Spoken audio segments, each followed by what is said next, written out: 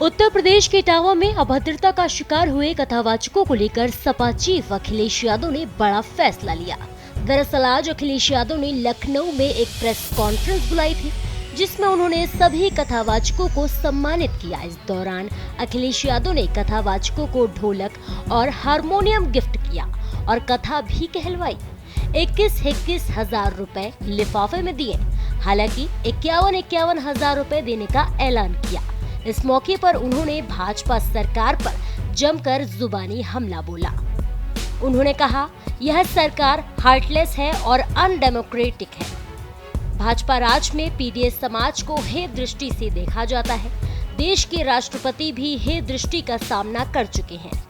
सच तो यह है कि जैसे जैसे पीडीएस समाज पर चेतना और जागरूकता बढ़ती जा रही है, वैसे वैसे मनोवैज्ञानिक दबाव बनाने के लिए पीडीएस समाज पर अत्याचार बढ़ता जा रहा है। उन्होंने कहा, अगर भाजपा को लगता है कि कथा कहने पर एक वर्ग विशेष का ही अधिकार है, तो वो इसके लिए भी कानून बनाकर दिखा दे।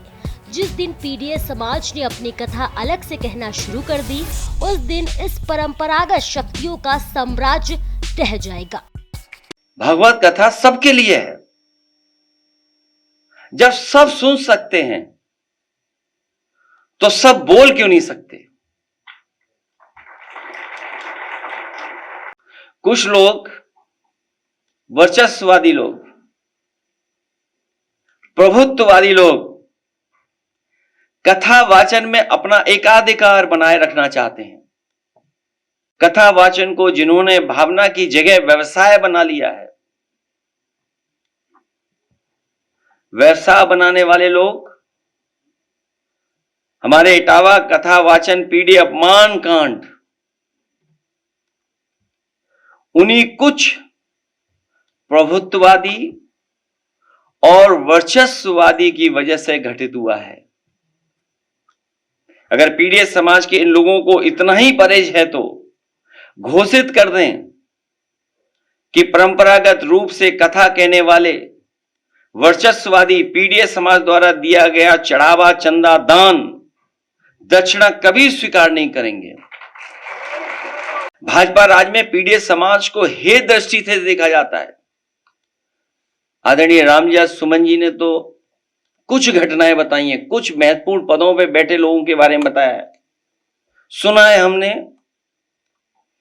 कि देश की सर्वोच्च सीट पर बैठने वाले के साथ भी कभी अपमान हुआ है।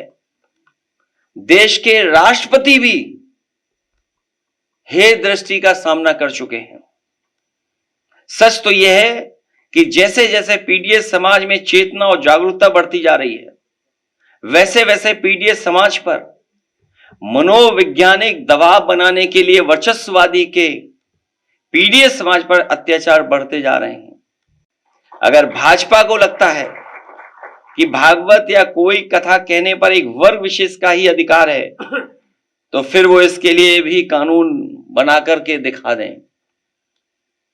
कई बार कई कानून के लिए बहुत दावा करते हैं लोग, तो इसके लिए भी कानून बना लें कि इसके अलावा कोई कथा वाचन नहीं कर सकता। जिस दिन पीडीएस समाज ने अपनी कथा अलग से कहने शुरू कर दी, उस दिन इन परंपरागत शक्तियों का साम्राज्य ढह जाएगा। भाजपा जाए तो हम सबको चैन आएगा।